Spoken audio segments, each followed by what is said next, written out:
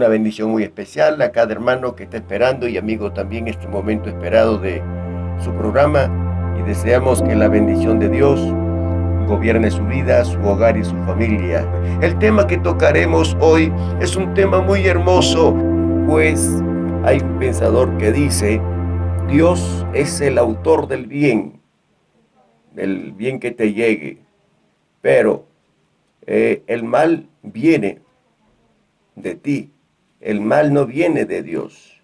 Dice la palabra del Señor en el capítulo 17 de Primera de Reyes, el versículo 13. Elías le dijo a la viuda: no tengas temor, ve, haz como has dicho, pero hazme a mí primero de ello una pequeña torta cocida debajo de la ceniza, y tráemela, y después harás para ti y para tu hijo. Esta es la palabra del Señor que declara convicción, decisión en la cual uno tiene que tomar en un momento difícil. Pero también le dice: hazme a mí primero, y después harás para ti y para tu hijo. Las circunstancias no podían ser peores. Ella estaba a punto de morir, la mujer, la viuda. Llegó el hombre de Dios a su vida, y en vez de ayudarla le pidió ayuda. Pero también manifestó la promesa y le dijo: la harina de la tinaja no escaseará. El hombre de Dios trajo una promesa de bendición, y no una promesa para una semana. No le trajo una bendición como una limosna cuando alguien pide en la calle y se le da una moneda. No, sino que le dijo que la harina no escasearía de la tinaja, ni el aceite de la vasija disminuirá hasta el día que llueva. Quiere decir, todo el tiempo que haya la sequía, que no llueva, en la casa de la viuda habrá provisión. Y dice: porque Jehová, Dios de Israel, ha dicho así: la harina de la tinaja no escaseará, ni el aceite de la vasija disminuirá hasta el día en que Jehová haga llover sobre la faz de la tierra. Dios no miente, Dios cumple su promesa. Y dice que ella fue e hizo lo que Elías le dijo, comió él, ella y su casa muchos días. Hizo lo que Elías le había dicho y comieron muchos días, y esto es importante. Y la harina de la tinaja no escaseó, ni el aceite tampoco. Este versículo muestra de nuevo sucesos llamativos. Dice que la harina de la tinaja y el aceite no escasearon ni menguaron. Nos declara que tiene la provisión completa hasta que llueva a la vista de sus ojos. Dice que la tinaja nunca faltaba, la harina. Cada vez que necesitaban comer, iban a donde estaban los recipientes y ahí había. Retiraban y no quedaba más. Volvían y seguía habiendo. Y ellos tenían diariamente su necesidad de suplida sin dejar de reconocer que era el Dios que les suplía día a día. Qué grande, ¿no? Qué grande es este milagro. Qué grande es este nuestro Dios para liberarnos de aún de las circunstancias más difíciles, más adversas. Ahora queremos ver qué hacer qué hacer ante estas circunstancias, cómo enfrentarlas, cómo enfrentar esta situación difícil, ¿no? ¿Cuál sería la actitud tuya? ¿Cuál sería tu reacción ante estas circunstancias? También me hago la pregunta: ¿cuál sería mi reacción ante las circunstancias adversas? Esas que parecen estar fuera de todo control. Existen 4 principios que pueden ser de utilidad práctica para que la vida de cualquier creyente, de cualquier persona, sea fuerte. Primero, poner a Dios primero sobre todas las cosas. No, la palabra del Señor dice: buscad primeramente el reino de Dios y su justicia, y lo demás vendrá por añadidura. ¿Qué cosa es lo demás? ¿Qué cosa es la añadidura que añade para los que buscan de Dios? Puede ser la salvación ante la muerte, la salvación ante la enfermedad, la ayuda ante la crisis.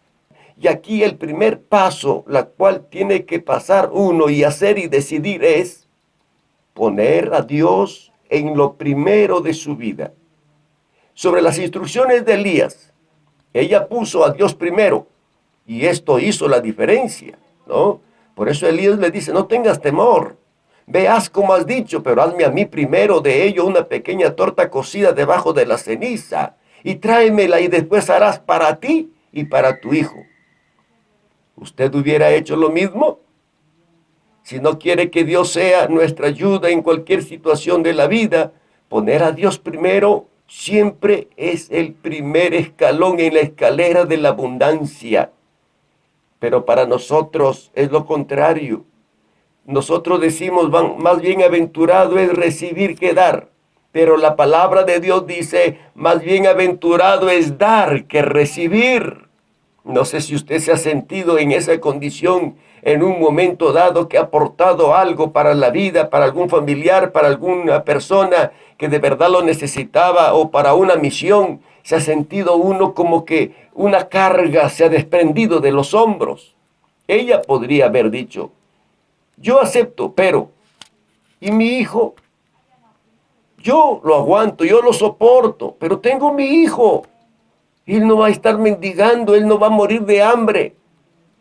Eso hubiera sido muy normal, siendo como era una madre, ¿verdad? Sin embargo, ella hizo la voluntad de Dios sin dudar un instante.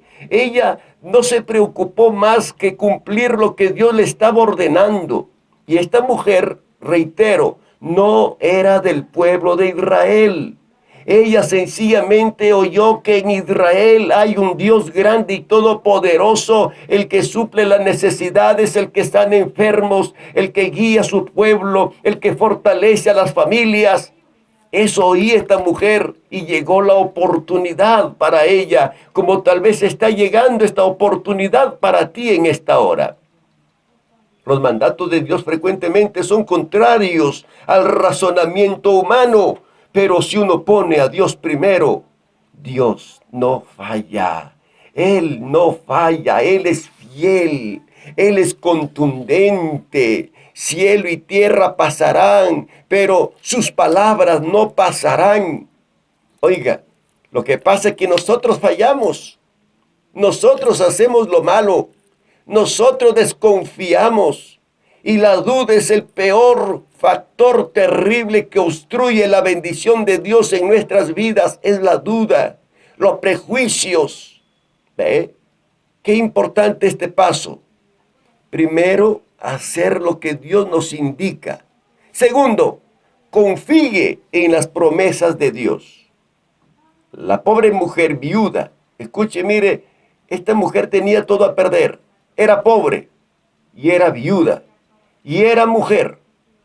Tres partes importantes de esta mujer que no tenía acceso a nada. Pero ¿qué tenía de fuerte esta mujer? Tenía fe en el Dios Todopoderoso.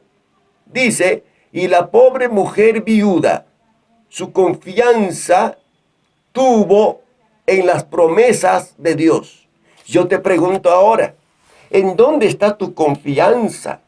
Por eso dimos una lectura anterior en el profeta Jeremías que dice, maldito el varón que confía en el hombre. Y en el hombre pone su confianza, y en su brazo pone su confianza. Pero dice la palabra, bendito es el hombre que confía en Jehová. ¿Ve? Es bienaventurado, esa persona es dichosa, es feliz. Y la mujer esta, pues, tuvo una plena confianza en las promesas de Dios, en la palabra que le habló el profeta Elías.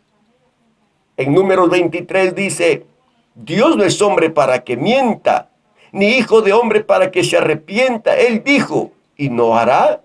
Habló, y no lo ejecutará. Dios no ha dejado de cumplir ni una de sus buenas promesas. La promesa de Dios para ella era que Él suplería cada necesidad suya. Él no los dejaría de hambre. No solamente a ella, también las de su hijo y las del profeta, hasta que los medios naturales del suministro una vez más puedan proveer sus reservas. Quiere decir, hasta cuando Dios lo diga.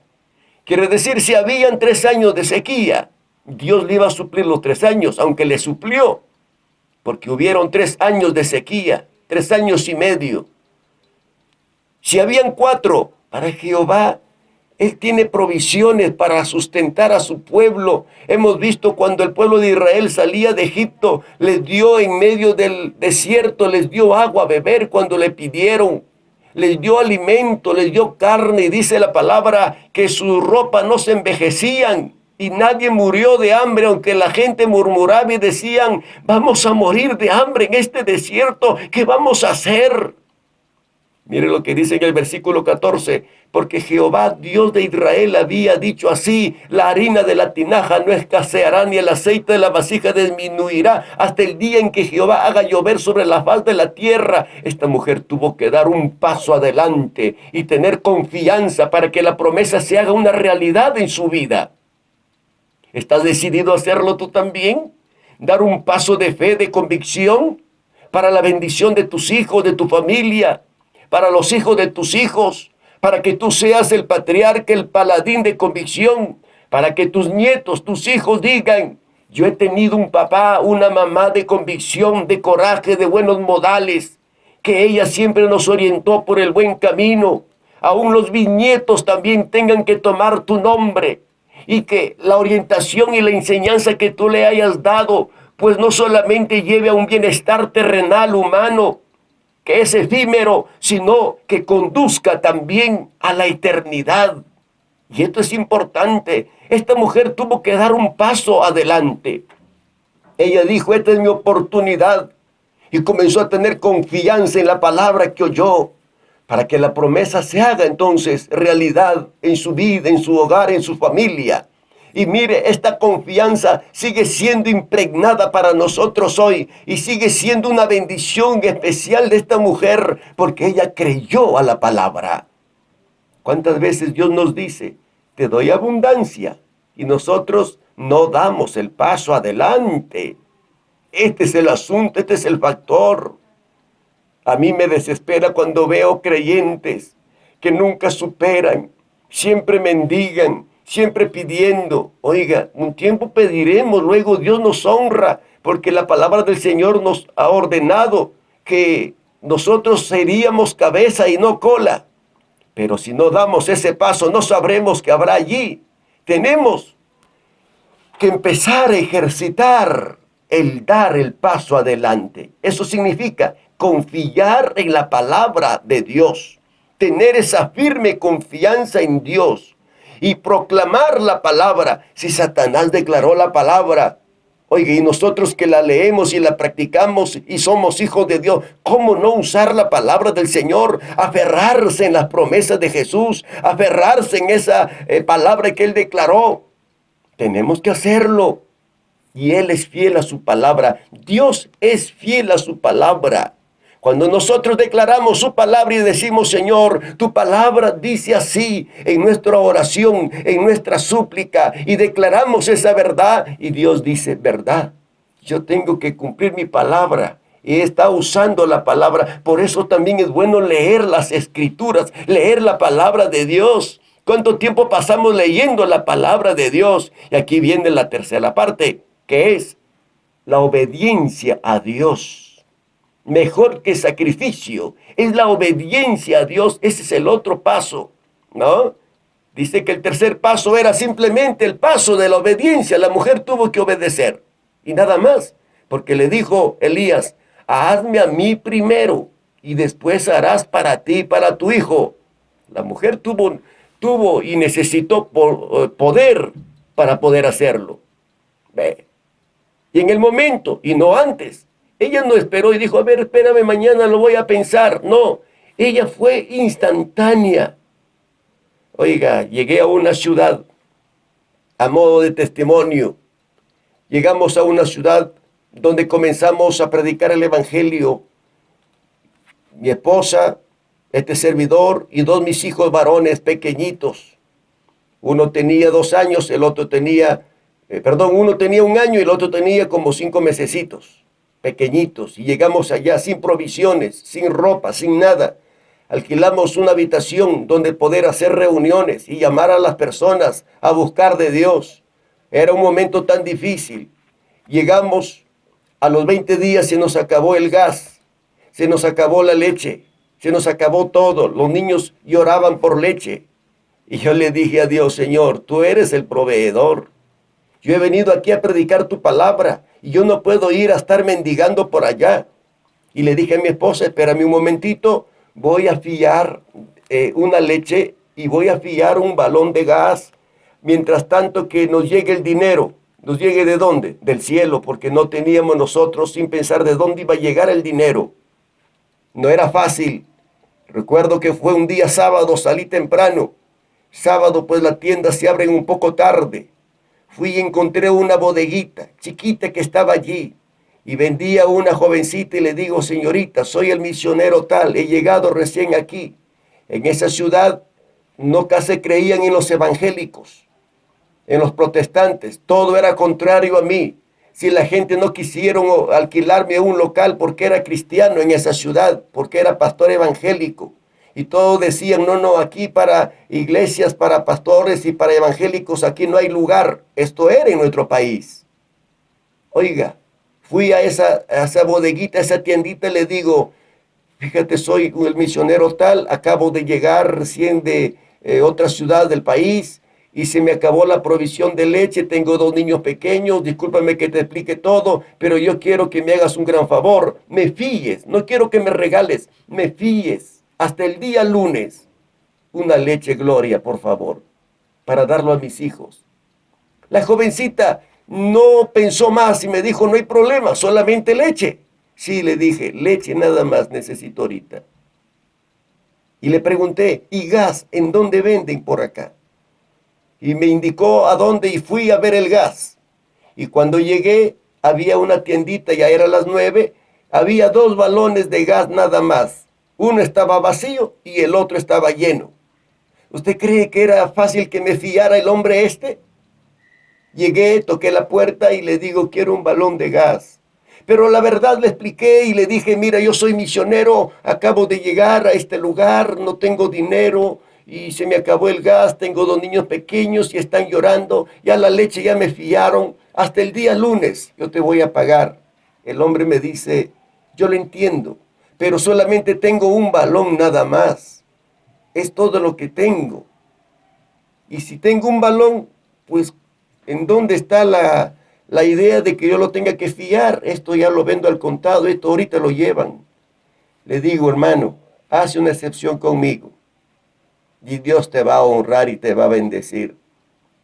El hombre me dice, ya, no hay problema, se lo doy. ¿A dónde le llevo? No, le digo, dame, yo lo llevo, porque yo quería asegurarme, ¿no? Dije, de repente otro viene con el dinero y se lo lleva el balón. Me dice, no, yo se lo llevo. Y le indiqué, y mi esposa me llama y me dice, ya llegó el gas. Oiga, qué bendición. Pero lo que quiero llegar, ¿es que ahí quedó todo eso? No. La jovencita más tarde, no pasó ni 2 años creo, llegó a ser una negociante mayorista en esa ciudad de abarrotes. Dios lo honró, ¿ve? Dios lo bendijo. Comenzó allí con 2 tarritos de leche que tenía, vendía azuquitar por kilitos allí, ¿no? Fosforitos vendía por unidades, ahora llegó a ser mayorista. El amigo que me fió el gas, ahora tiene camiones. Dios lo honró. Tuvo que romper esas paredes que tenía allí en esa casucha donde vendía. Se hizo un almacén inmenso. Ahora ya no solamente reparte en bicicleta, ahora ya él es el gerente de su empresa. Es una empresa grande. Dios honra a los que le honran. Dios honra a los que le obedecen. Dios honra a los que dan el paso. Y cualquiera puede decir, ¿y a usted no le honró? Dios me sigue honrando y me sigue bendiciendo. Pero lo que estamos hablando aquí es de la viuda. La viuda dio a Elías, ¿no? La tortita esta. Oiga, y Dios lo honró por 3 años y lo bendijo y la tinaja no escaseó. Porque dice la palabra que ella fue e hizo como Elías le dijo. Y comió ella y su casa muchos días. La palabra de Dios relata que fueron muchos días. Algunos estudiosos de la Biblia dicen que este no fue muchos días, era un año entero o quizás dos. No, esto eran muchos días hasta que llegó la lluvia, porque la lluvia no vino a Israel 3 años y medio. Cuán grande es nuestro Dios de verdad. Ella dio la comida de un día o de una comida nada más, y Dios le dio de comer un año. ¿Ve? El cuarto punto, y con esto concluyo: sea constante en creerle a Dios. Sí, sin fluctuar, sin dudar. Los que dudan no agrada a Dios. Ellos todos los días se desesperaban y le daban a Dios gracias por sus necesidades suplidas, e iban a donde estaba la tinaja y la vasija, que al día anterior había quedado vacía, y las volvían a llenarlas. ¿Quién la llenaba? Jehová. Por eso dice la palabra que la harina de la tinaja no escaseó, ni el aceite de la vasija menguó, conforme a la palabra que Jehová había dicho por Elías. Ellos creyeron en la palabra de Dios y dispusieron su vida conforme a la palabra que Jehová había dicho por Elías. Ellos no dudaron un instante en su corazón, se mantuvieron firmes a la expectativa de la abundancia de Dios, y Dios todos los días ponía alimento a su mesa. Hay un salmo que declara en el Salmo 27, este versículo que dice, deberíamos tener en cuenta para renovar nuestras mentes: Jehová es mi luz y mi salvación, ¿de quién temeré? Jehová es la fortaleza de mi vida, ¿de quién he de atemorizarme? Algo que declara el salmista. Y también dice, aunque un ejército acampe contra mí, no temerá mi corazón. ¿Por qué? Porque Jehová está conmigo.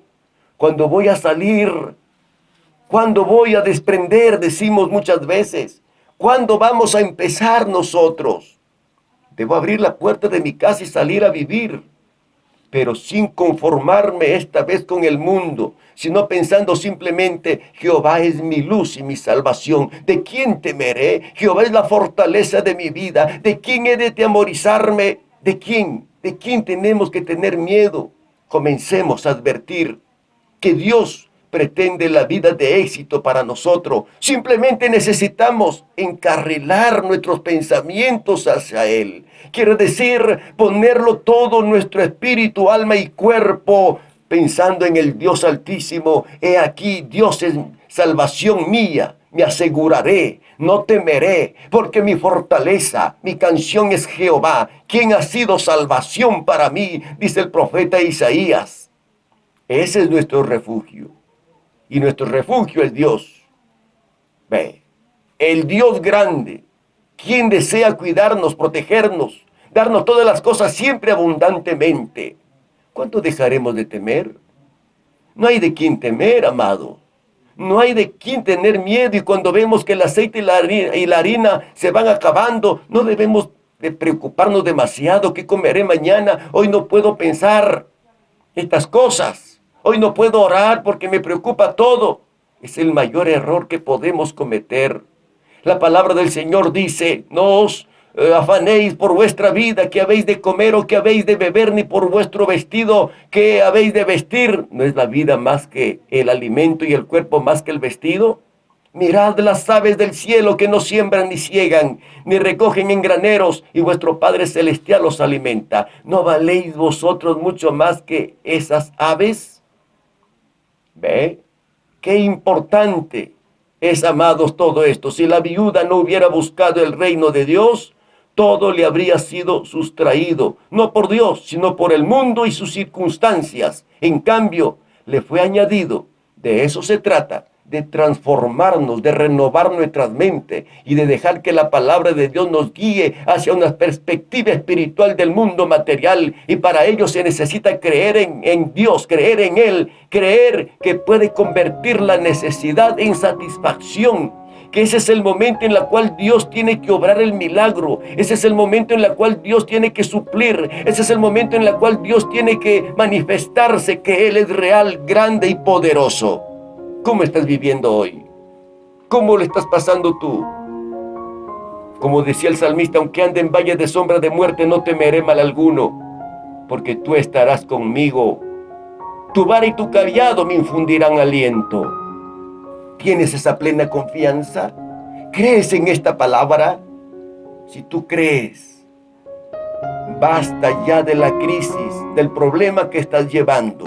Olvídate ahora y ríndele tu corazón a Dios.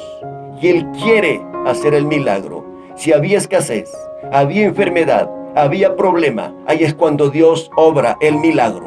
Déjame orar ahora por ti, en donde te encuentres. Quiero hacer una oración. Ahí en donde estés, voy a orar por ti. Cual sea tu batalla que estás llevando y esa circunstancia difícil que estás cruzando. Dios eterno que estás en los cielos, te doy gracias en este momento por esta hermosa bendición que tú me permites poder llegar a cientos y miles de personas. Mira cada hombre y mujer que está escuchando este programa y al oír tu palabra, su fe crece, su fe aumenta.